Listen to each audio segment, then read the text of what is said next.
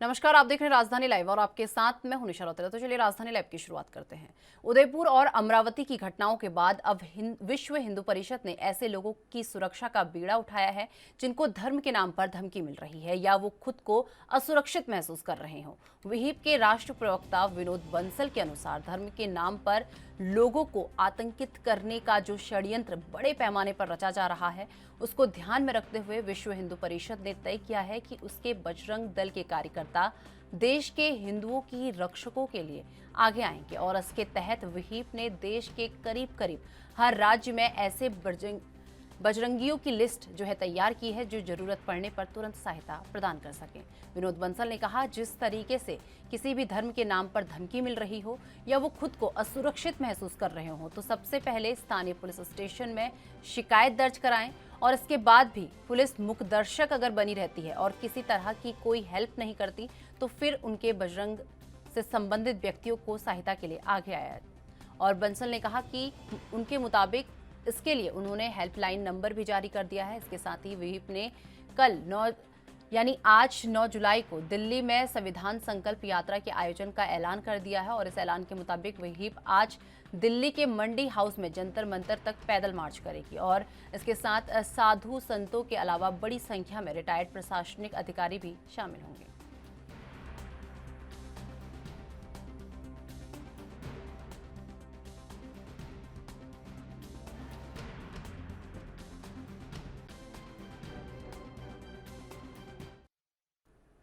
तो इस खबर पर अधिक जानकारी के लिए हमारे संवाददाता राजीव तिवारी हमारे साथ जुड़ चुके हैं। राजीव, जिस तरीके से बात की जाए धर्म के नाम पर धमकी मिलने या खुद को असुरक्षित महसूस करने वालों का अब बेड़ा और जिम्मेदारी जो है विश्व हिंदू परिषद ने उठाई है, तो इसे लेकर क्या कुछ जानकारी आपको मिल पाई है?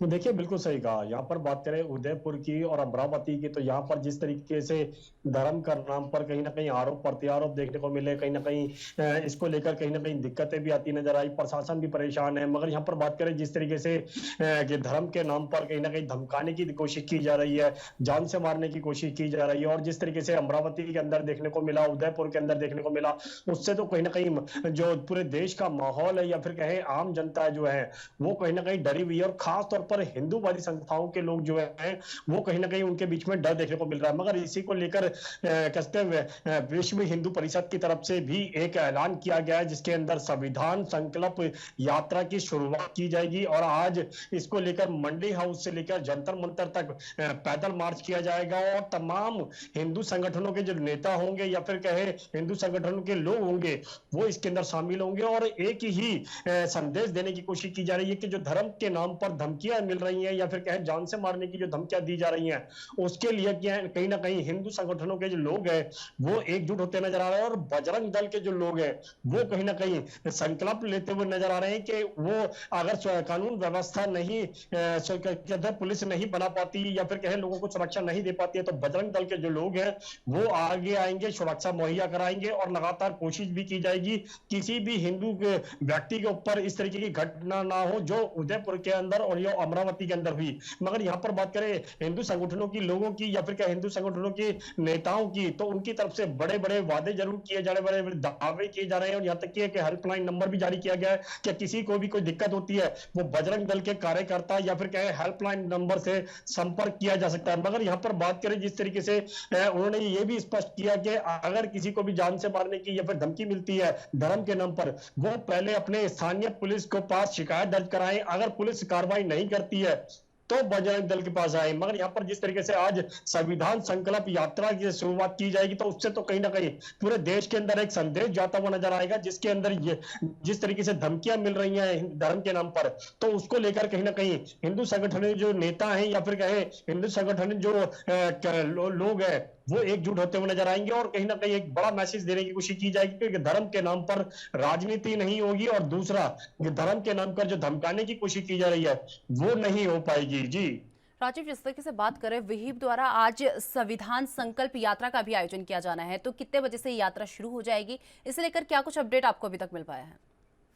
देखिए बिल्कुल सही कहा आपने। यहाँ पर बात करें संविधान संकल्प यात्रा की, तो ये आज मंडी हाउस से लेकर जंतर मंतर तक किया जाएगा। मंडी हाउस से लगभग 10 बजे के करीब इसकी शुरुआत की जाएगी, पैदल मार्च किया जाएगा और उसके बाद में ये जंतर मंतर तक आएंगे और जंतर मंतर पर सारे दिन इसी तरीके के संदेश दिए जाएंगे हिंदू संगठनों की तरफ से। और लगातार कहीं ना कहीं विनोद बंसल की बात करें, जिस तरीके से उन्होंने कहा कि लगा हम हिंदू संगठन के जो लोग हैं जिनको जान से मारने की धमकी मिल रही है, हम उनके साथ हैं और हर तरीके से ये कोशिश की जाएगी कि किसी को भी इस तरीके की धमकी ना मिले। अगर कोई धमकी देता है तो उसके खिलाफ कार्रवाई भी की जाएगी पुलिस के द्वारा भी, और हिंदू संगठनों के जो लोग हैं वो भी कहीं ना कहीं कदम उठाते हुए नजर आएंगे। और जिस तरीके से बजरंग दल के लिए कहीं ना कहीं कहा गया कि अपने अपने राज्यों से कहीं ना कहीं बजरंग दल के जो कार्यकर्ता हैं वो एकजुट हो और तमाम ऐसे लोगों को इकट्ठा किया जाएगा जिसके द्वारा कहीं ना कहीं सुरक्षा मुहैया कराई जाएगी। मगर जिस तरीके से हिंदू संगठन के लोग जो हैं वो आज कैसे संविधान संकल्प यात्रा के अंदर शामिल होंगे और उसके अंदर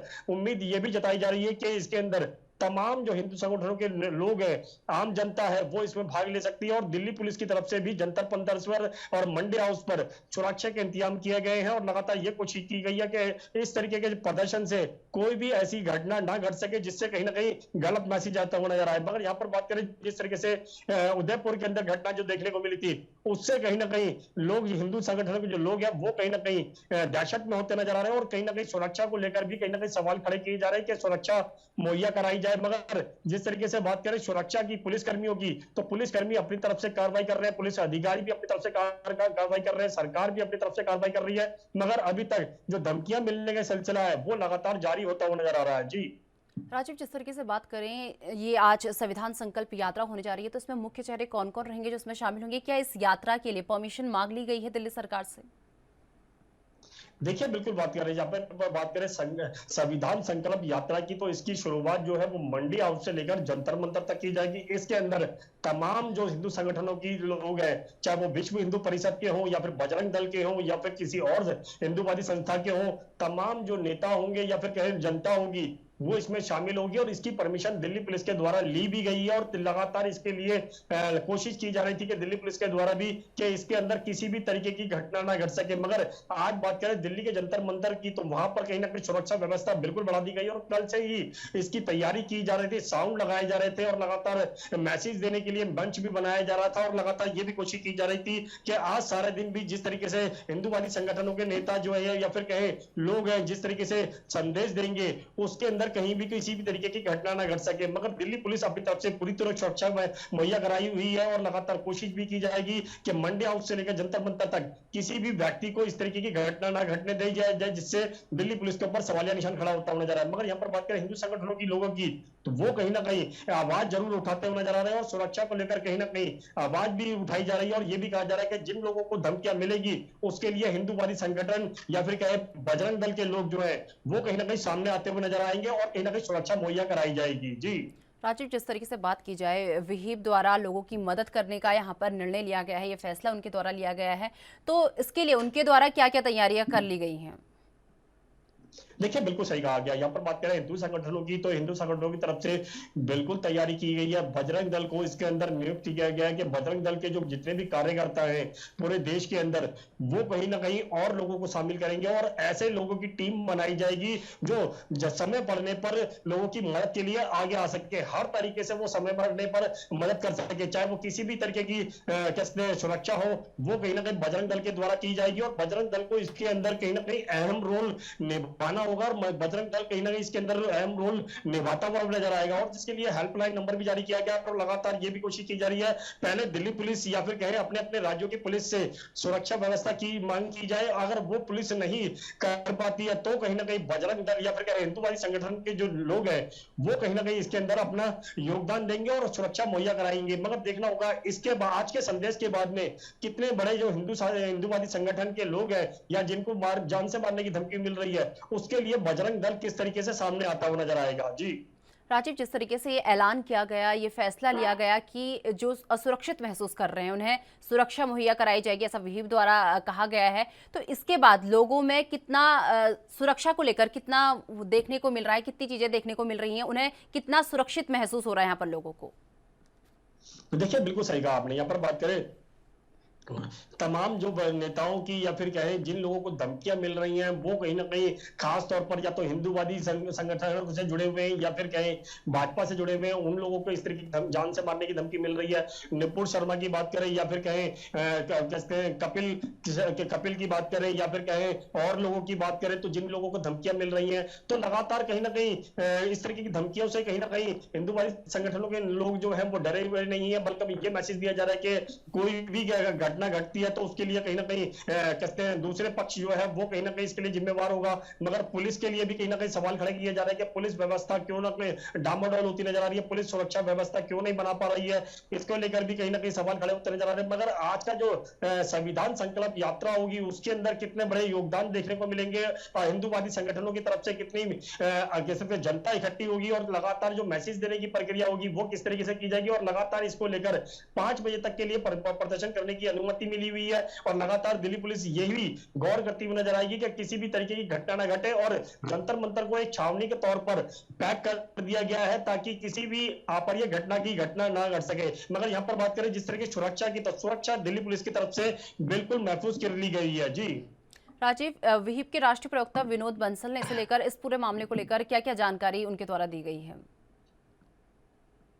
देखिए बिल्कुल सही कहा आपने। यहाँ पर बात करें विनोद बंसल की, तो जिस तरीके से उन्होंने कहा है कि हिंदूवादी संगठनों के जो लोग हैं वो कहीं ना कहीं एकजुट होते नजर आएंगे। आज संकल्प यात्रा की जो शुरुआत की जा रही है उसको लेकर भी कहीं ना कहीं बड़े बदलाव किए जाएंगे और कहीं ना कहीं इसको लेकर सुरक्षा जो व्यवस्था नहीं बनी हुई है या फिर कहीं कमियां दिख रही हैं उसके लिए भी कहीं ना कहीं बजरंग दल को आगे लेके आया जाएगा। तो तमाम कोशिशें जरूर की जा रही है और यहाँ तक कि ये भी मैसेज दिया जा रहा है कि अगर किसी भी व्यक्ति को इस तरीके की घटना या फिर धमकी मिलती है उसके लिए कहीं ना कहीं हिंदूवादी संगठनों के लोग जो है वो एकजुट होकर सुरक्षा व्यवस्था बनाए रखेंगे और लगातार लोगों की जो मदद की जाएगी वो भी की जाएगी। मगर देखना होगा ये मदद किस तरीके से की जाती है, या फिर दिल्ली पुलिस की मदद ली जाएगी या फिर और राज्यों की पुलिस की मदद ली जाएगी या फिर बजरंग दल के जो लोग हैं वो खुद अपने आप सुरक्षा व्यवस्था बनाएंगे और लोगों की सुरक्षा करेंगे। तो किस तरीके की सुरक्षा होगी ये जरूर देखना होगा। जी चलिए, बहुत बहुत धन्यवाद राजीव, हमारे साथ जुड़ने के लिए और ये तमाम जानकारी हमारे साथ साझा करने के लिए।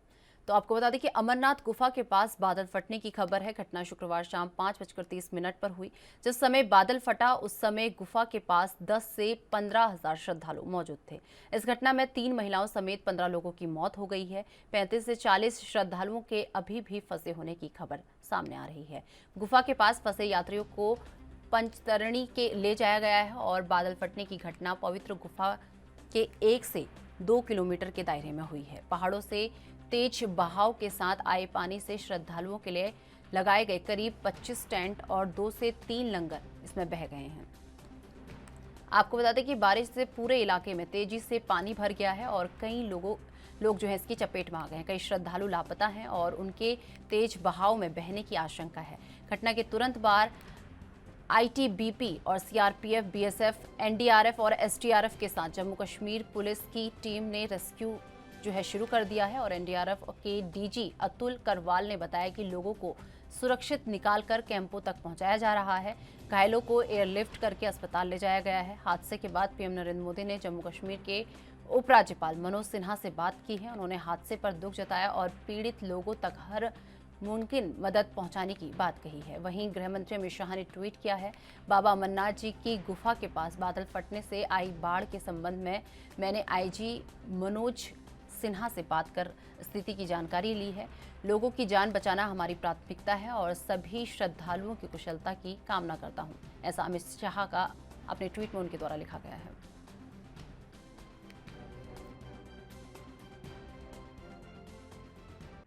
अमरनाथ गुफा के पास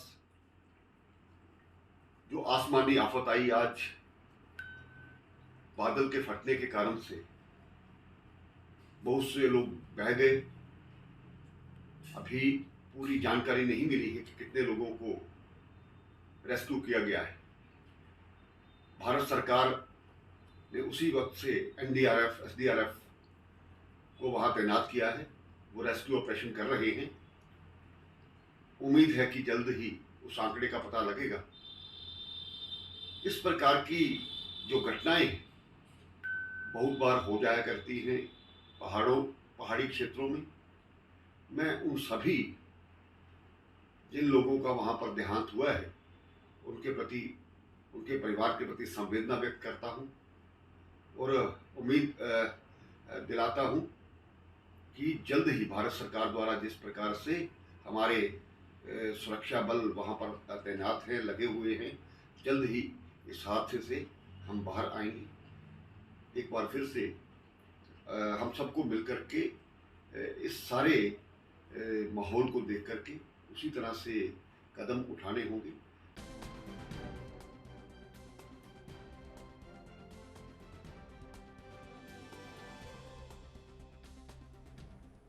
तो इस खबर पर अधिक जानकारी के लिए हमारे साथ हमारे संवाददाता रविंद्र श्रीवास्तव हमारे साथ जुड़ गए हैं। रविंद्र, जिस तरीके से अमरनाथ गुफा के पास बादल फटा जिसमें कि 15 लोगों की मौत हो गई है, क्या इस आंकड़े में अभी कोई इजाफा हुआ है? इस लेकर क्या कुछ जानकारी अभी तक आपको मिल पाई है? देखिए निशा, अभी तक जो जानकारी मिल पाई है, जो आंकड़े आए हैं उसके मुताबिक अभी तक 15 श्रद्धालुओं की मौत हुई है, जिसमें 11 महिलाएं हैं। 40 लोग जो हैं अभी भी लापता हैं और 40 टेंट और 3 लंगर जो हैं वो इसकी चपेट में आए हैं, बादल फटने की चपेट में आए हैं। और वो भी बादल फटने का पानी जो है वो तेजी से आया है, उसमें बह गए हैं। तो कहीं ना कहीं कहा जाए तो प्राकृतिक आपदा के चलते जो है काफी नुकसान जो है हुआ है। अभी कहा जाए तो जो लोग बह गए थे साथ में पानी के, और उसमें 40 लोग लापता हैं, उनका रेस्क्यू ऑपरेशन जो है वो अभी भी किया जा रहा है, उनको खोजा जा रहा है। लेकिन लगातार जिस प्रकार से कोई अगर घायल है तो उसको हेलीकॉप्टर के जरिए अस्पताल में ले जाया जा रहा है। और वहीं कहा जाए तो अभी भी सर्च ऑपरेशन जो है वो चलाया जा रहा है, लगातार ऑपरेशन चलाए जा रहे हैं।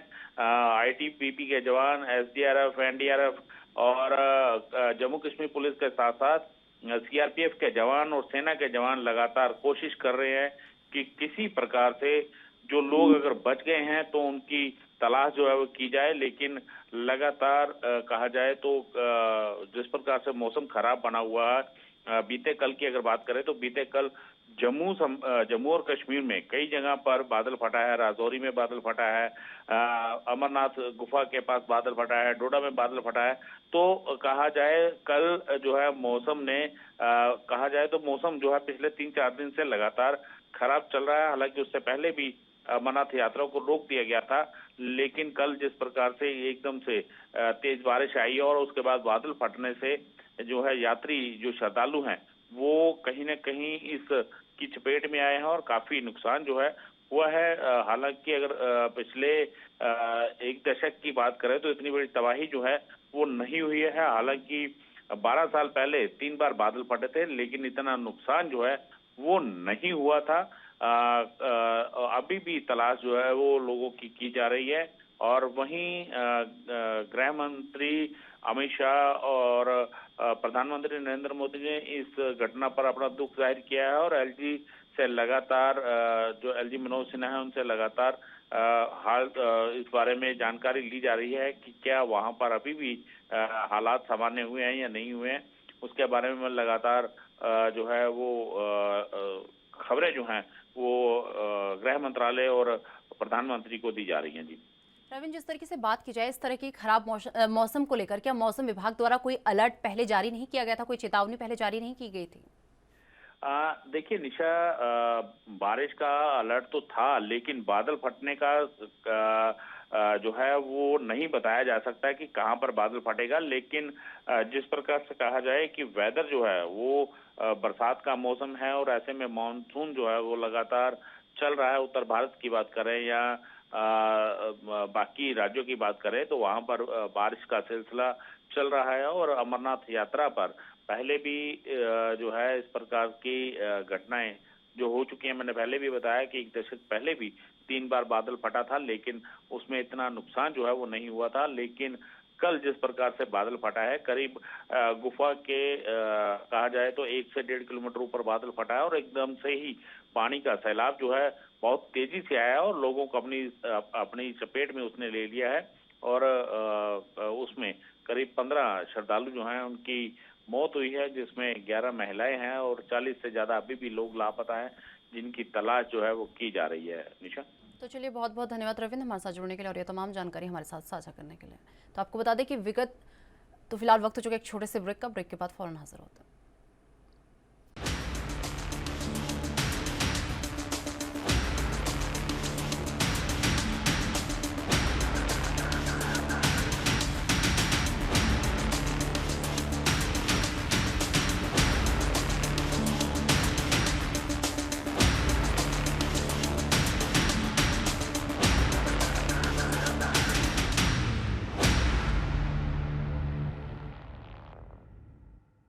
तो ब्रेक के बाद फिर से आपका स्वागत है। रुक कर लेते हैं अपनी अगली खबर का। विगत कई दिनों के सियासी संघर्ष के बाद आपको बता दें कि महाराष्ट्र में अब सत्ता परिवर्तन हुआ है, जहां एक तरफ उद्धव ठाकरे अब पूर्व सीएम के अवतार में आ गए हैं, तो वहीं अब राज्य की कमान शिवसेना के बागी नेता एकनाथ शिंदे के हाथों में आ चुकी है। शिंदे बीजेपी के खेमे में जाकर अपनी सरकार बना चुके हैं, लेकिन अब महाराष्ट्र में सत्ता की जंग खत्म होने के बाद शिवसेना पर मालिकाना हक की लड़ाई शुरू हो चुकी है। जी हां, पहले ये लड़ाई महज महाराष्ट्र की सत्ता अपने नाम करने तक सीमित थी, लेकिन अब ये लड़ाई शिवसेना का असली हकदार कौन है उस पर आ चुकी है। आज इसी को लेकर शिवसेना प्रमुख उद्धव ठाकरे ने प्रेस कॉन्फ्रेंस कर अपनी स्थिति स्पष्ट कर दी है। यूं तो उद्धव ठाकरे ने प्रेस कॉन्फ्रेंस के दौरान कई मुद्दों पर अपनी राय सार्वजनिक की, लेकिन जब उन्होंने अपनी राय शिवसेना के चिन्ह को लेकर जाहिर की तो प्रेस कॉन्फ्रेंस में मौजूद सभी लोगों के कान खड़े हो गए। आखिर होते भी क्यों नहीं, क्योंकि पिछले कई दिनों से महाराष्ट्र की राजनीति में शिवसेना के चिन्ह तीर कमान को लेकर जंग छिड़ी हुई है। जहां एक तरफ शिंदे गुट इस तीर कमान को अपना बता रहा है, तो वहीं उद्धव गुट के ओर से कहा जा रहा है कि कोई भी उनसे तीर कमान नहीं छीन सकता। इस बीच उद्धव ने कहा कि पिछले कुछ दिनों से तीर कमान को लेकर खूब चर्चा हो रही है, लेकिन जो लोग इस पर अपना दावा कर रहे हैं उनसे मैं साफ कह देना चाहता हूं कि वो हमसे हमारा चिन्ह कोई भी नहीं छीन पाएगा। आप लोग बिल्कुल भी चिंता मत कीजिए। उन्होंने कहा कि मतदान पत्र पर जो चिन्ह होता है वो महत्वपूर्ण होता है। ऐसे में लोग ये सोचकर मतदान करते हैं कि ये शिवसेना का उम्मीदवार है, तो मैं उन सभी लोगों को कहना चाहूँगा कि जो शिवसेना के तीर कमान पर अपने दावे ठोक रहे हैं कि ज़्यादा सोच विचार मत करिए। लिहाजा मैं एक बार फिर से स्पष्ट कर देना चाहता हूँ कि शिवसेना का तीर कमान मुझसे कोई नहीं छीन सकता।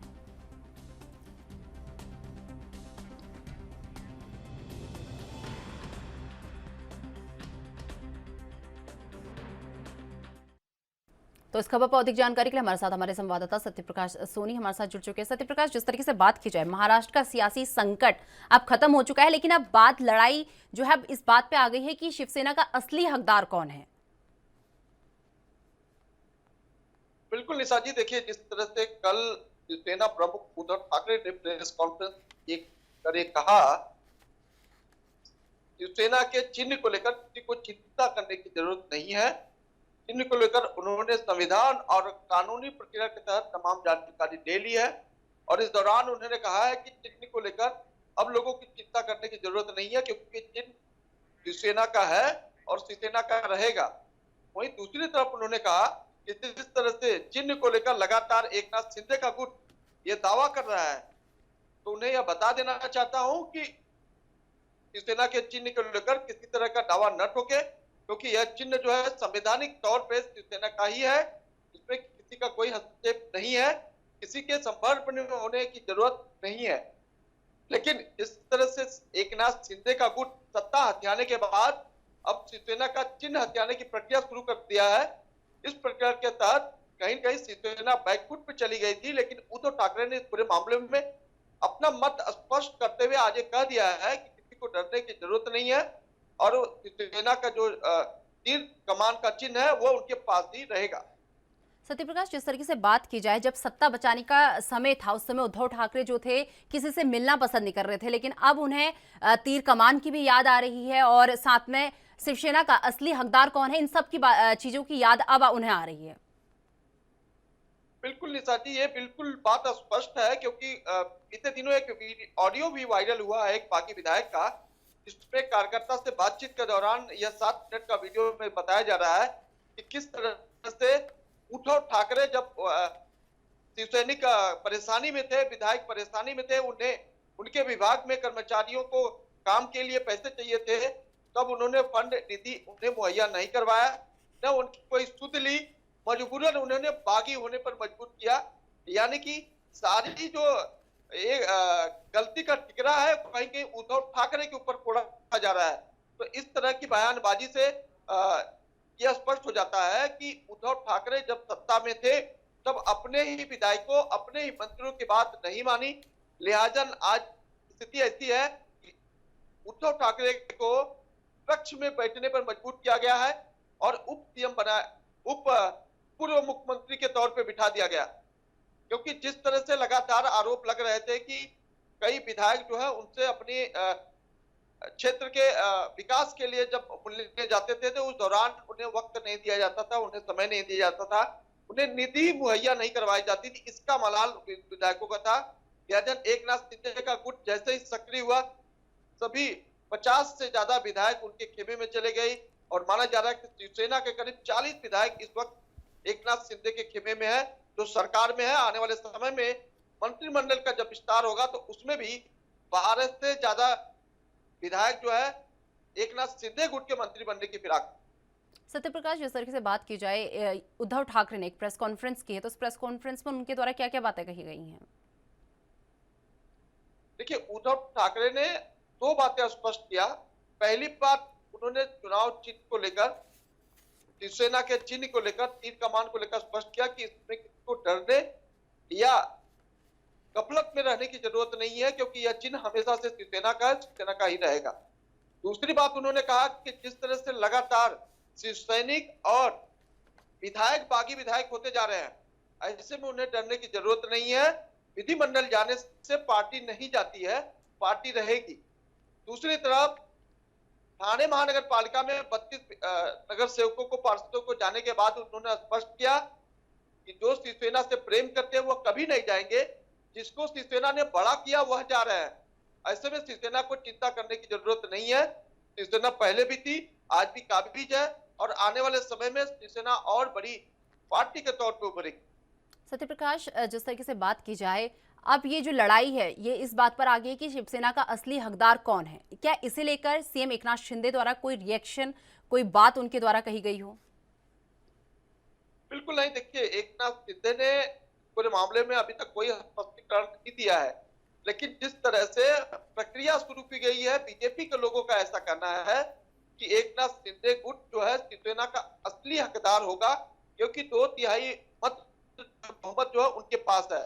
ऐसे में कानूनी प्रक्रिया यह कहती है कि जिसका चुनाव चिन्ह एक बार बन गया है वह किसी को हस्तांतरित नहीं हो सकता है, चाहे वो किसी भी स्थिति में हो।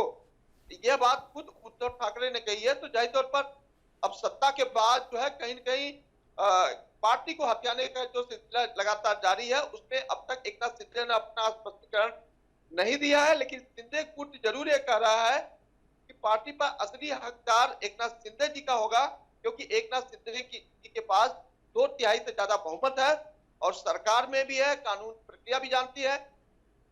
लिहाजा यह भी माना जा रहा है कि एकनाथ शिंदे, देवेंद्र फडणवीस जो दिल्ली गए हुए हैं, इस पूरे मामले पर भी सुप्रीम कोर्ट के बड़े जज से बातचीत हो सकती है कि इसमें क्या कुछ किया जा सकता है। तो कहीं न कहीं प्रक्रिया की शुरुआत जरूर की गई है, लेकिन स्पष्टीकरण अब तक नहीं दिया गया है। सत्यप्रकाश, जिस तरीके से आप ग्राउंड से रिपोर्टिंग कर रहे हैं, तो आप ग्राउंड से अगर देखा जाए तो क्या लग रहा है कि ये जो शिवसेना का टैग है किसके नाम पर ये दिख रहा है? जिस तरीके से आप ग्राउंड से रिपोर्टिंग कर रहे हैं, तो ग्राउंड से अगर ये देखा जाए तो किसके नाम पर ये टैग जाता हुआ दिख रहा है? बिल्कुल निशा जी, देखिए, कानूनी सलाहकार यह कहते हैं कि सुप्रीम कोर्ट का जो 12 जुलाई का फैसला आने वाला है, इस फैसले के ऊपर बहुत कुछ निर्भर करता है।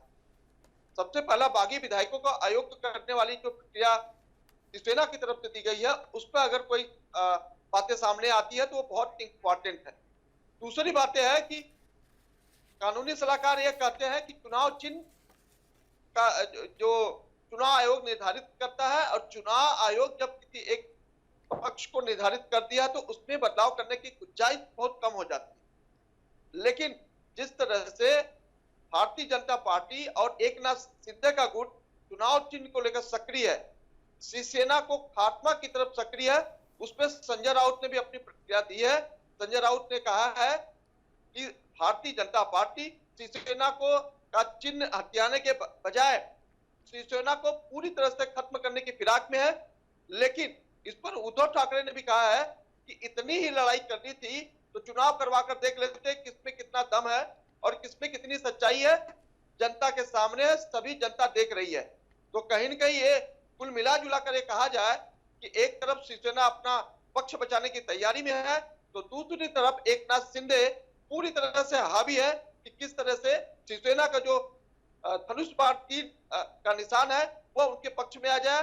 क्योंकि आने वाले समय जब मुंबई महानगर पालिका का चुनाव होगा तो वोटरों को कोई गफलत नहीं होना चाहिए, यानी कि शिवसेना की जो महानगर पालिका है वो बीजेपी और एकनाथ शिंदे के खेमे में होनी चाहिए। इस तरह की पूरी तैयारी चल रही है, ऐसा जनता भी मानती है। तो चलिए, बहुत बहुत धन्यवाद सत्यप्रकाश हमारे साथ जुड़ने के लिए और ये तमाम जानकारी हमारे साथ साझा करने के लिए।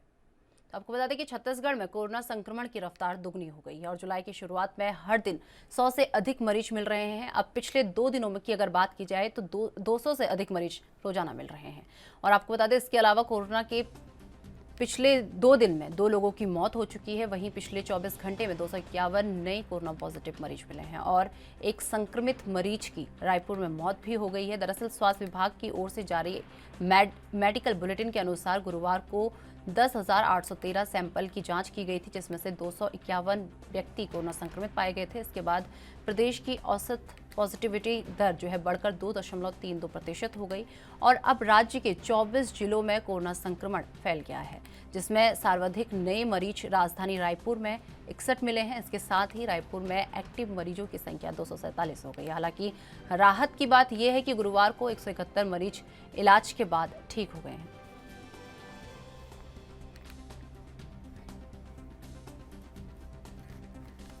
तो आपको बता दें कि लगातार कोरोना का कहर जो है अब छत्तीसगढ़ में भी देखने को मिल रहा है और धीरे धीरे कर ये रफ्तार जो है तेज हो गई है। और आपको बता दें कि छत्तीसगढ़ में कोरोना संक्रमण की रफ्तार दुगनी हो गई है और जुलाई की शुरुआत में हर दिन 100 से अधिक मरीज कोरोना के मिल रहे थे। अब पिछले 2 दिनों में 200 से अधिक मरीज मिल रहे हैं।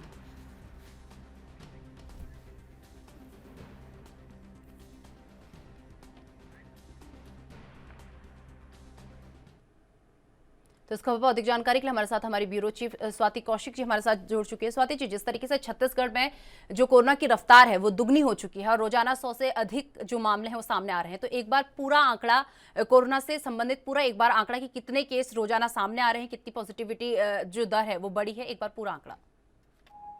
निशा, देखिए अभी इस समय पूरे प्रदेश में 2.26% जो है वो कोरोना का दर है। पूरे प्रदेश में अभी इतने प्रतिशत लोग जो है वो पॉजिटिव है। और कल की अगर हम बात करें तो कल पूरे प्रदेश में 296 मरीज जो है वो पॉजिटिव पाए गए हैं, जिसमें से सबसे ज्यादा जो सर्वाधिक केसेस निकल के आ रहे हैं वो दुर्ग जिला है, जहाँ पे कल 60 लोग मिले हैं, और रायपुर में जहाँ पे 53 लोग मिले हैं। ये दोनों ही जिले निशा जुलाई के पहले तारीख से ही हाईलाइटेड है। यहाँ पे कंटिन्यू 100 से अधिक मामले मिल रहे हैं और प्रदेश की स्थिति अभी चूंकि स्कूल खुल चुका है, सारी चीजें सामान्य हो चुकी है, बच्चे स्कूल जाने लगे हैं, जितनी भी चीजें थी वो सामान्य होते होते हर चीज ट्रैक पर आ गई है। और अब फिर से एक बार ये जो कोरोना का बढ़ता स्तर है ये चिंता का विषय है।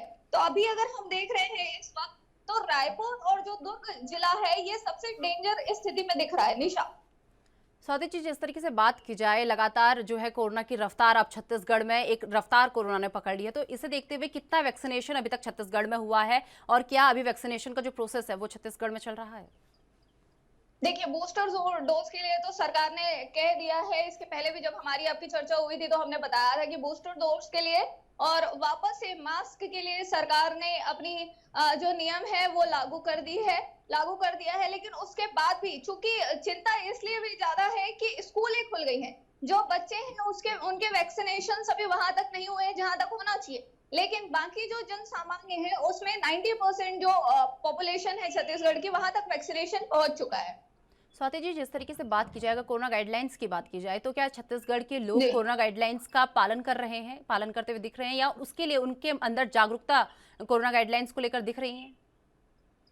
देखिए जो तीसरा लहर जिसको हम कह रहे थे उसमें उतना डैमेज नहीं हुआ था छत्तीसगढ़ को, और छत्तीसगढ़ में 90% जैसा कि अभी मैंने कहा कि पॉपुलेशन जो है वो दोनों डोज लग चुके हैं। तो इसके चलते लोग कहीं ना कहीं लापरवाही बरतते दिख रहे हैं। शासन की कड़ाई अपनी जगह है, नियम अपनी जगह है, लेकिन फिर भी लोगों में जो जागरूकता होनी चाहिए, बच्चे चूंकि स्कूल जा रहे हैं, खुले में खेल रहे हैं, तो उनमें जो जानकारी होनी चाहिए वो उन जानकारियों का निशा कहीं ना कभी अभी अभाव दिख रहा है।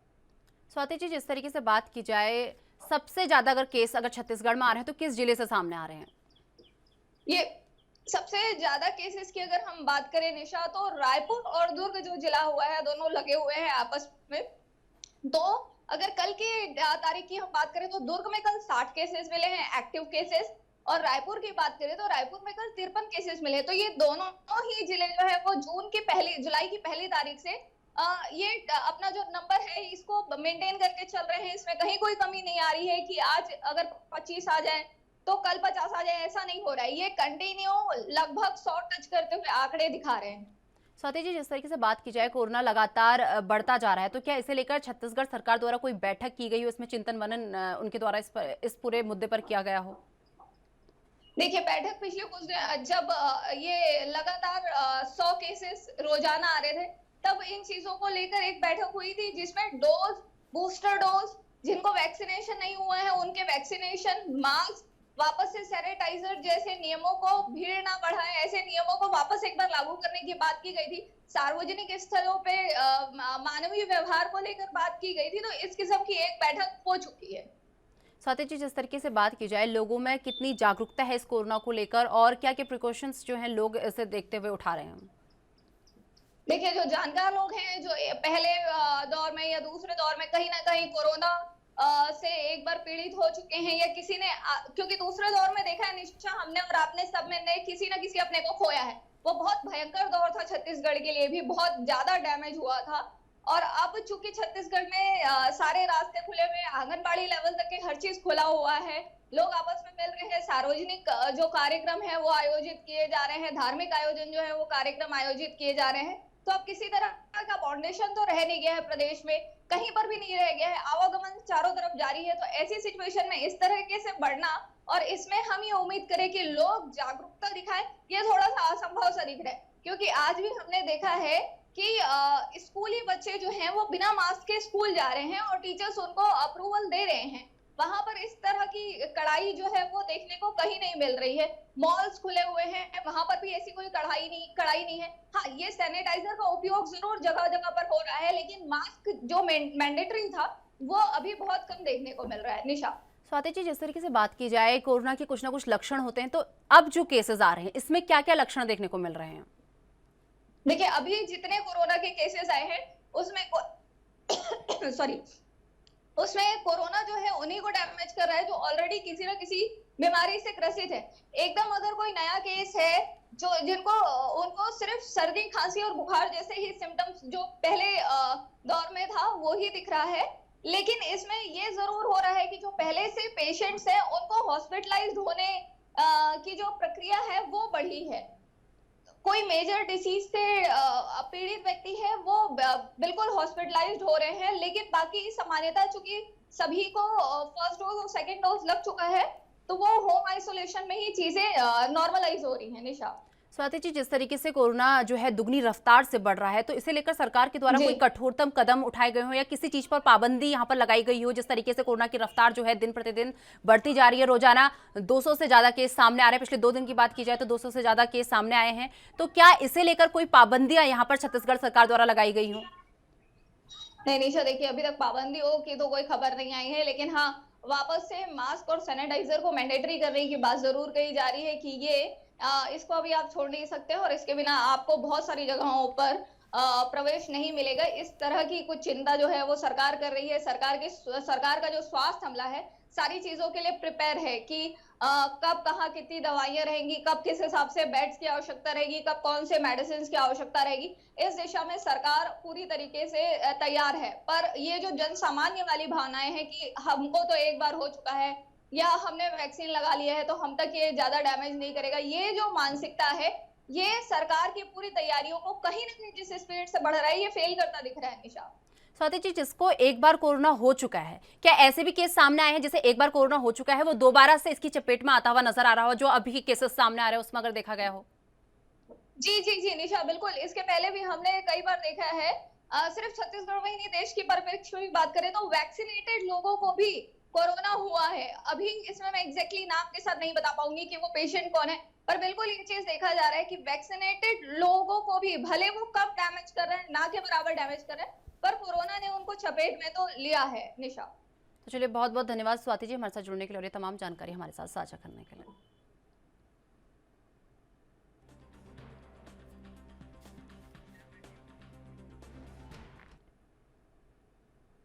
हिमाचल प्रदेश में पहली बार केंद्रीय गृह मंत्रालय की ओर से नेशनल महिला पुलिस कॉन्फ्रेंस कराई जा रही है। 5 और 6 अगस्त को ये कॉन्फ्रेंस आयोजित होगी जिसमें गृह मंत्री अमित शाह भाग लेंगे। ये नेशनल कॉन्फ्रेंस 2 दिन तक चलेगी। फिलहाल इसका वेन्यू जो है शिमला का होटल पीटर हॉट तय किया गया है। शिमला में पत्रकारों से बात करते हुए डीजीपी संजय कुंडू ने कहा कि ये हमारे लिए गर्व की बात है कि गृह मंत्रालय ने नेशनल महिला पुलिस कॉन्फ्रेंस करवाने की जिम्मेदारी दी है और ये कॉन्फ्रेंस का 10वां वर्जन होगा जिसमें महिला पुलिस की विभिन्न समस्याओं पर चर्चा की जाएगी।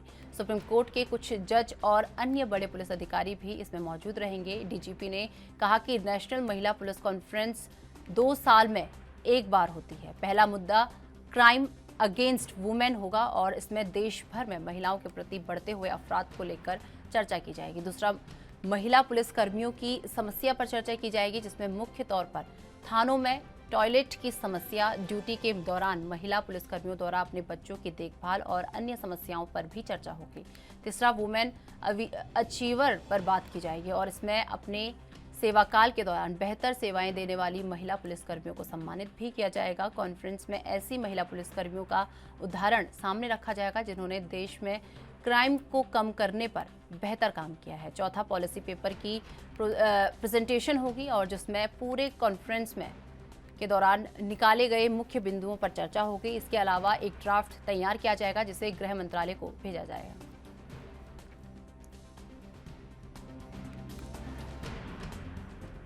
तो आपको बता दें कि गृह मंत्री अमित शाह जो है शिमला आने वाले हैं और यहाँ पर पुलिसकर्मियों की जो प्रेस कॉन्फ्रेंस रखी है महिला पुलिसकर्मियों की, उसमें वो शामिल होंगे। और इसी के साथ आपको बता दें कि विगत कई दिनों से हिमाचल में पहली बार केंद्रीय गृह मंत्रालय की ओर से नेशनल महिला पुलिस कॉन्फ्रेंस कराई जा रही है और 5 और 6 अगस्त को ये कॉन्फ्रेंस आयोजित होगी।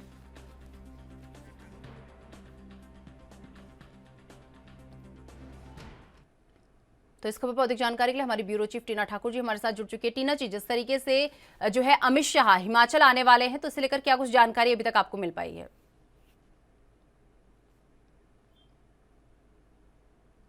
टीना जी, आप तक हमारी आवाज मिल पा रही है? तो आपको बता दें कि हिमाचल प्रदेश में पहली बार केंद्रीय गृह मंत्रालय की ओर से नेशनल महिला पुलिस कॉन्फ्रेंस कराई जा रही है और 5 और 6 अगस्त को ये कॉन्फ्रेंस आयोजित होगी जिसमें गृह मंत्री अमित शाह भाग लेंगे। ये नेशनल कॉन्फ्रेंस 2 दिन तक चलेगी। फिलहाल इसका venue Shimla hotel Peter hot तय किया गया है। शिमला में पत्रकारों से बात करते हुए डीजीपी ने कहा कि ये हमारे लिए गर्व की बात है कि गृह मंत्रालय ने नेशनल महिला पुलिस कॉन्फ्रेंस करवाने की जिम्मेदारी दी है। ये कॉन्फ्रेंस का 10वां वर्जन होगा जिसमें महिला पुलिस की विभिन्न समस्याओं पर चर्चा की जाएगी। सुप्रीम कोर्ट के कुछ जज और अन्य बड़े पुलिस अधिकारी भी इसमें मौजूद रहेंगे। डीजीपी ने कहा कि नेशनल महिला पुलिस कॉन्फ्रेंस 2 साल में एक बार होती है। पहला मुद्दा क्राइम अगेंस्ट वुमेन होगा और जिसमें देश भर में महिलाओं के प्रति बढ़ते हुए अपराध को लेकर चर्चा की जाएगी। दूसरा, महिला पुलिसकर्मियों की समस्या पर चर्चा की जाएगी जिसमें मुख्य तौर पर थानों में टॉयलेट की समस्या, ड्यूटी के दौरान महिला पुलिसकर्मियों द्वारा अपने बच्चों की देखभाल और अन्य समस्याओं पर चर्चा होगी।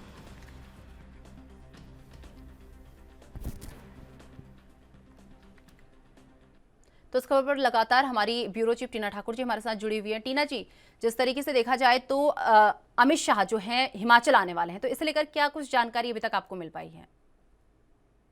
जी देखिए, ये जो महिला जो पुलिस सम्मेलन होना है, महिला हैं पूरे भारत से शामिल होंगी और इसमें 100 से करीब पैरामिलिट्री फोर्सेस की महिलाएं भी शामिल होंगी। तो इसमें जो है जो केंद्रीय गृह मंत्री है अमित शाह, वो मुख्य अतिथि के तौर पर शामिल होंगे और उन्हीं की तरफ से, उन्हीं के जो गृह मंत्रालय है उन्हीं की तरफ से ये जो कार्यक्रम है इसका आयोजन किया जा रहा है। हिमाचल में ये पहली बार हो रहा है और ये सम्मेलन है, इसका ये 10वां वर्जन है, मतलब 10वीं बार ये 10वां सम्मेलन ये महिला पुलिस का होगा। ये 2002 से इसकी शुरुआत हुई। तो हिमाचल के लिए बहुत गर्व की बात है कि इतना बड़ा जो महिलाओं का जो ये महिला पुलिस का जो सम्मेलन होना है, वो उसकी जो मेजबानी हो हिमाचल को मिली है। और हिमाचल में जो अभी से है जो पुलिस के जो अधिकारी हैं और पुलिस विभाग है जो इस जो सम्मेलन की है उनकी उसकी जो तैयारी है उसमें जुट चुका है। जी निशा। टीना जी, अमित शाह जिस तरीके से हिमाचल आने वाले हैं और महिला पुलिसकर्मियों की प्रेस कॉन्फ्रेंस के अलावा किन किन कार्यक्रमों में वो भाग ले सकते हैं? बात है कि जब अमित शाह हिमाचल पधारेंगे, ये जो उनके जो मसाले हैं उनकी तरफ से ये जो सम्मेलन हो रहा है महिला पुलिस का, उसके अलावा जो है भारतीय जनता पार्टी भी चाहेगी कि जब गृह मंत्री यहाँ पर आए हैं तो उनके जो आयोजन है, उनके जो कार्यक्रम है वो उनके लिए प्रस्थान करे कार्यक्रम और शिफ्ट करवाएगा अमित शाह की। तो अभी तक फिलहाल भाजपा की तरफ से ऐसा कोई प्लान या कोई कार्यक्रम कोई जारी नहीं हुआ है, लेकिन आने वाले दिनों में जरूर ये जो सम्मेलन है इसके साथ ही जो अमित शाह की जो अन्य जो गतिविधियां हैं भारतीय जनता पार्टी की, वो शामिल हो सकती है और उसमें सम्मेलन है, कार्यकर्ताओं का जो सम्मेलन है उसको वो संबोधित कर सकते हैं। इसके अलावा जो पार्टी पदाधिकारी हैं उनके साथ वो शिफ्ट कर सकते हैं, क्योंकि लगातार अमित शाह हिमाचल की जो स्थिति है उनके नजर रखने में और वो जिस तरह यहाँ पे मिशन रिपीट भाजपा चाह रही है उसके लिए लगातार टिप्स दे रहे हैं। उससे लगातार केंद्रीय जो मंत्री है या केंद्रीय अधिकारी हैं, आला पदाधिकारी हैं भाजपा के, वो हिमाचल लगातार आ रहे हैं। तो इसी क्रम में जब 5 या 6 अगस्त और 5 या 6 अगस्त को जब अमित शाह हिमाचल आएंगे तो वो भी किसी बड़े कार्यक्रम उनके लिए प्लान हो सकता है, भारतीय जनता पार्टी यहाँ करे और उसको निश्चित करता है। जी निशा। टीना जी, जिस तरीके से यहाँ पर ये भी बात की जा रही है कि महिला पुलिस कर्मियों को यहाँ पर सम्मानित किया जाएगा, तो किन किन महिला पुलिस कर्मियों को यहाँ पर सम्मानित किया जाएगा? जी देखिए, इसमें मुख्य जो 3-4 बिंदु हैं उस पर यहाँ पे 2 दिनों में जो चर्चा होगी। और इसमें जो सबसे पहले है वो क्राइम अगेंस्ट वुमेन का जो मुद्दा है वो रहेगा। इसके अलावा जो महिला पुलिस है उनको किन समस्याओं का सामना ड्यूटी के दौरान करना पड़ता है, जैसे बच्चों की जो देखभाल है वो है, और उसके अलावा जो टॉयलेट की समस्या होती है, थानों में महिला शौचालय अलग से नहीं होता है, उसके ऊपर जो समस्या होगी। और तीसरी बात है जो देश भर की जो महिला पुलिस हैं, जो महिला आईपीएस अधिकारी हैं जिन्होंने क्राइम के क्षेत्र में अच्छा काम किया है और क्राइम को कम करने में अपनी अहम भूमिका निभाई है, ऐसी जो महिला आईपीएस अधिकारी हैं उनको जो है यहाँ पे सम्मानित भी किया जाएगा। जी टीना जी, गृह मंत्री के अलावा यहाँ पर हिमाचल दौरे में और कौन कौन आ सकता है उनके साथ? जी देखिए, जिस तरह से हमें जानकारी दी कि ये सम्मेलन है केंद्रीय गृह मंत्रालय की ओर से आयोजित किया जाता है और इसमें खुद केंद्रीय गृह मंत्रालय शिरकत कर रहे हैं। इसके अलावा जो कहा जा रहा है जो केंद्रीय जो महिला मंत्री हैं उनकी शिरकत अनिवार्य रहती है, वो भी यहाँ पर भाग लेने आएंगी। इसमें हो सकता है स्मृति ईरानी आए, निर्मला सीतारमण जी का तो अभी पता नहीं है, लेकिन कहा जा रहा है कि केंद्रीय जो मंत्री हैं, महिला मंत्री हैं, वो आती हैं। सर्वोच्च जो न्यायालय के न्यायाधीश हैं वो आते हैं, और केंद्रीय मंत्री की जो मंत्रिमंडल के अन्य जो गणमान्य व्यक्ति है वो भी इसमें शामिल हो सकते हैं। आप देख सकते हैं कि देश भर के जो गणमान्य व्यक्ति हैं वो यहाँ 5 या 6 अगस्त को शिमला में जुट सकते हैं। टीना जी, विधानसभा चुनाव को लेकर ये दौरा कितना अहम यहाँ पर माना जा रहा है? हिमाचल को ये पहली बार है कि इस तरह जो बड़े बड़े कार्यक्रम है उनकी मेजबानी मिल रही है। ये जो कार्यक्रम है महिला पुलिस का जो सम्मेलन है, ये बहुत अपने आप में बहुत बड़ा कार्यक्रम है।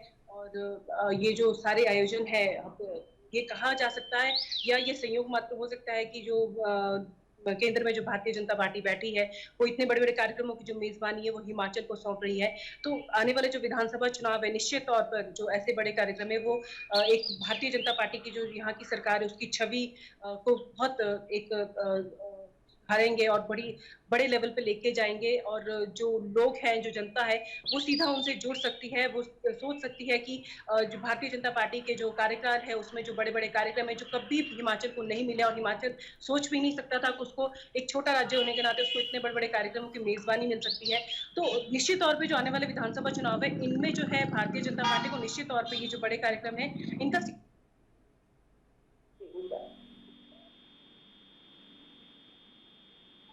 टीना जी, जिस तरीके से बात की जाए महिला पुलिस कॉन्फ्रेंस के बाद, इससे महिला पुलिस कर्मियों को कितना लाभ मिल सकता है? इस प्रेस कॉन्फ्रेंस के बाद क्या कुछ ऐसी घोषणाएं हो सकती हैं जिससे महिला पुलिस कर्मियों को लाभ मिल सकता है?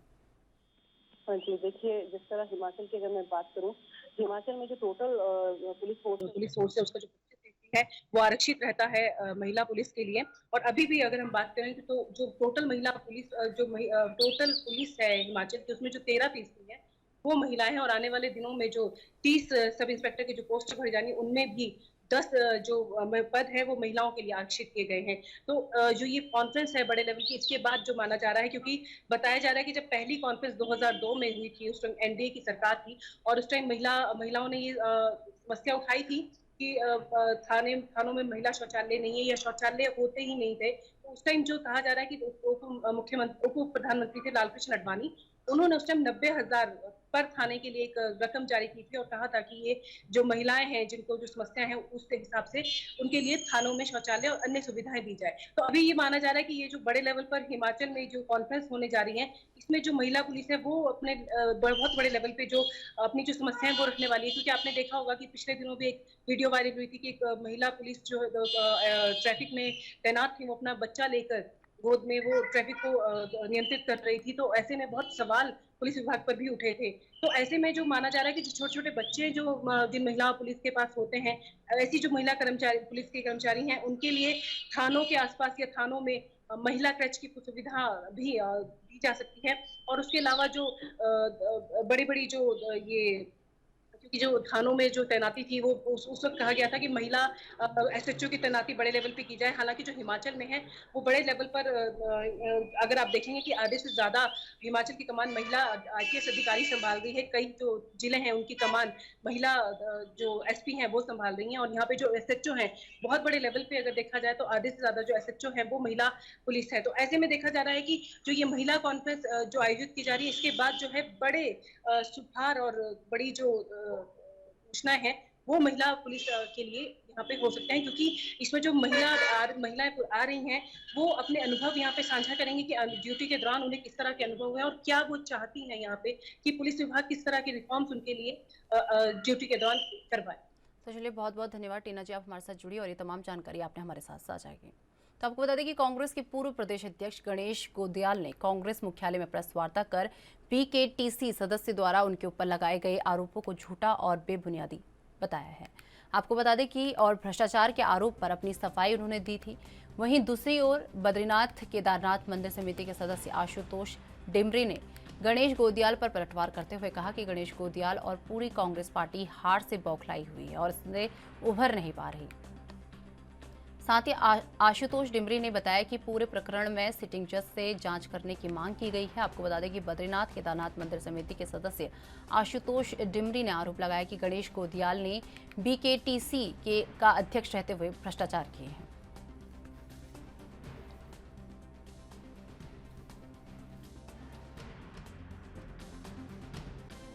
मैं धन सिंह रावत जी से मैंने इसलिए रिक्वेस्ट की कि आदरणीय डॉक्टर धन सिंह रावत जी इस समय प्रदेश सरकार की ओर से चमोली जिले के प्रभारी मंत्री हैं और बद्रीनाथ केदारनाथ मंदिर समिति का जो मुख्यालय है, जो ये मामला जुड़ा हुआ है बद्रीनाथ और केदारनाथ से जुड़ा हुआ है। समिति का मुख्यालय चमोली के जोशीमठ और बद्रीनाथ में स्थित है। इसलिए मैंने ये रिक्वेस्ट लेटर, ये शिकायती पत्र डॉक्टर धन सिंह रावत जी को इसलिए दिया कि ये बहुत गंभीर मामला है। ये मंदिर की व्यवस्था से जुड़ा हुआ विषय है, लाखों करोड़ों लोगों के श्रद्धा और आस्था विश्वास के साथ जुड़ा हुआ है। और जो बद्रीनाथ केदारनाथ मंदिर अधिनियम 1939 है, उनकी धाराओं का उल्लंघन आदरणीय गणेश गोदियाल जी के कार्यकाल के समय हुआ है। तो मैंने ये डिमांड की है। गणेश गोदियाल जी की जिम्मेदारी इसलिए ज़्यादा बनती है क्योंकि गणेश गोदियाल जी पूरी समिति को लीड कर रहे थे, आप नेतृत्व कर रहे थे। अध्यक्ष को असीमित अधिकार होते हैं और आपने एक्ट उल्लंघन करके जो बद्रीनाथ केदारनाथ के सबोर्डिनेट टेम्पल है, ये एक्ट है। इस एक्ट के तहत 39 में बद्रीनाथ और केदारनाथ के साथ साथ पूरे 45 मंदिरों के पूजा प्रबंधन, वहाँ की व्यवस्थाओं और उसका प्रबंधन का जिम्मा बद्रीनाथ केदारनाथ मंदिर समिति को सौंपा गया है। आपने इन 45 मंदिरों के प्रबंधन से बाहर जाकर के पौड़ी का एक रिमोट एरिया का मंदिर बिनसर महादेव, बिनसर मंदिर में और करोड़ों रुपए खर्च कर दिए। एक्ट अलाउ नहीं कर रहा। आपने गवर्नमेंट की कोई परमिशन नहीं ली और बिना परमिशन किए हुए आपने एक्ट का वायलेशन करके आपने करोड़ों रुपया कर दिया। ऊपर से करोड़ों रुपये पे बिना निविदा के आपने खर्च कर दिया। तो इस खबर पर अधिक जानकारी के लिए हमारे साथ हमारे संवाददाता अस्करी जाफरी हमारे साथ जुड़ चुके हैं। अस्करी, जिस तरीके से बात की जाए, पूर्व प्रदेश अध्यक्ष, कांग्रेस के पूर्व प्रदेश अध्यक्ष गणेश गोदियाल ने उनके ऊपर जो आरोप लगे थे उसे लेकर उन्होंने कहा कि ये झूठे हैं, बेबुनियादी हैं। तो इसे लेकर क्या कुछ जानकारी अभी तक आपको मिल पाई है? देखिए निशा, ये पूरा प्रबंध जो है 2012 से 17 के बीच का है। हालांकि अगर हम बात करें जो बीकेटीसी के सदस्य हैं आशुतोष जंगली ने साफ तौर से कहा है कि पूरा जो मामला है 2014 का है और उस वक्त जो है सत्ता में कांग्रेस थी और खुद गणेश गोदियाल जो है गणेश गोदियाल उस वक्त जो है विधायक हुआ करते, साथ ही संसदीय सचिव भी थे, सरकार में बड़े बड़े पदों पर बैठते थे उस वक्त। तो इस पूरे प्रकरण में अभी तक जो है जिस तरह से आशुतोष जंगली ने जो प्रभारी मंत्री हैं चमोली धन सिंह रावत को खत लिखा है, वहीं से पूरी ये राजनीति शुरू हो रही है, पूरा जो प्रकरण है वहीं से शुरू हो रहा है। खुद गणेश गोदियाल ने कल प्रेस कॉन्फ्रेंस कर बताया कि तमाम जो आरोप आशुतोष जंगली ने मेरे ऊपर लगाए हैं पूरे निराधार है। जबकि अगर हम आशुतोष जंगली साहब की बात करें तो उन्होंने साफ तौर से कहा है कि 2014 में वो विधायक भी थे और संसदीय सचिव भी थे, तो एक ही व्यक्ति दो पदों का लाभ कैसे ले सकता है। साथ ही जो सबसे बड़ा मुद्दा उभर कर सामने आ रहा है वो ये है कि पौड़ी में जो पिंसर मंदिर है उसके निर्माण में जो है दो बातें सामने आ रही हैं। अगर हम आशुतोष जंगली की बात करें, जो सदस्य हैं बद्री केदार मंदिर समिति के, उन्होंने कहा है कि करीब 10 करोड़ का एक गड़बड़ झाला है। और अगर हम बात करें गणेश गोदियाल के पक्ष को हम सामने रखें तो उनका कहना है कि मंदिर का जो बजट है वो करीब 4 करोड़ रुपए का है और खर्च हुए 3 करोड़ 25 लाख। लेकिन आशुतोष जंगली ने इस पर काउंटर करते हुए कहा है कि पिंसर मंदिर जो है वो जो बीके जो बद्री केदार मंदिर है का जो एक्ट है उसकी धारा के खिलाफ काम करता है, यानी 139 जो अधिनियम है, मंदिर अधिनियम है, उसके खिलाफ जाकर के गणेश गोदियाल ने तमाम जो काम है वो कराए हैं, जीर्णोद्धार का काम कराया है, प्रताप नगर की सड़क बनवाई है, जो कि बिल्कुल कानून के जो मंदिर समिति का अधिनियम है उसके खिलाफ है। ये तमाम बातें सामने आ रही है, जबकि गणेश गोदियाल ने साफ तौर से कहा है अगर खत ही लिखना था तो विभागीय मंत्री सतपाल महाराज को लिखना था, आखिर डॉक्टर धन सिंह रावत को लिखा क्यों गया। इस पर खुद जो है आशुतोष जंगली ने साफ तौर से कहा है कि उनको इसलिए गया है क्योंकि वो प्रभारी मंत्री हैं चमोली के। तो इस तरह की तमाम बातें सामने आ रही है। हालांकि अभी जांच के आदेश दिए गए हैं, खुद प्रभारी मंत्री धन सिंह रावत ने जांच के आदेश दिए, मुख्य सचिव को इससे पूरे मामले से अवगत कराया है। अभी हालांकि जांच शुरू नहीं हुई है, देखना है कि इससे कितनी सच्चाई निकलती है, क्योंकि जिस तरह से गणेश गोदियाल लगातार जो है वो भी प्रहार कर रहे हैं शिकायतकर्ता पर और प्रभारी मंत्री पर, पूरी सत्ता पक्ष पर, कि उस वक्त जो है बीजेपी की कमेटी थी और मैं भी बेशक उस वक्त अध्यक्ष था, लेकिन कमेटी बीजेपी की थी। लेकिन जो सदस्य हैं बद्री केदार मंदिर के, उनके तरफ से बात ये सामने आ रही है कि आप जो है 2014 का ये मामला है और 2014 में सरकार कांग्रेस की थी और आपके पास दो बड़े पद थे, आप विधायक भी थे, आप संसदीय सचिव भी थे, आपके पास तमाम वो सरकारी सुविधाएं थी, तो आखिर इसमें बीजेपी का रोल कहां से आ गया। इस तरह की तमाम बातें सामने आ रही हैं। हालांकि अभी जांच शुरू नहीं हुई है, जांच में क्या कुछ निकलता है वो देखने वाली बात होगी। तो चलिए, बहुत बहुत धन्यवाद अस्करी, आप हमारे साथ जुड़े और ये तमाम जानकारी आपने हमारे साथ साझा की।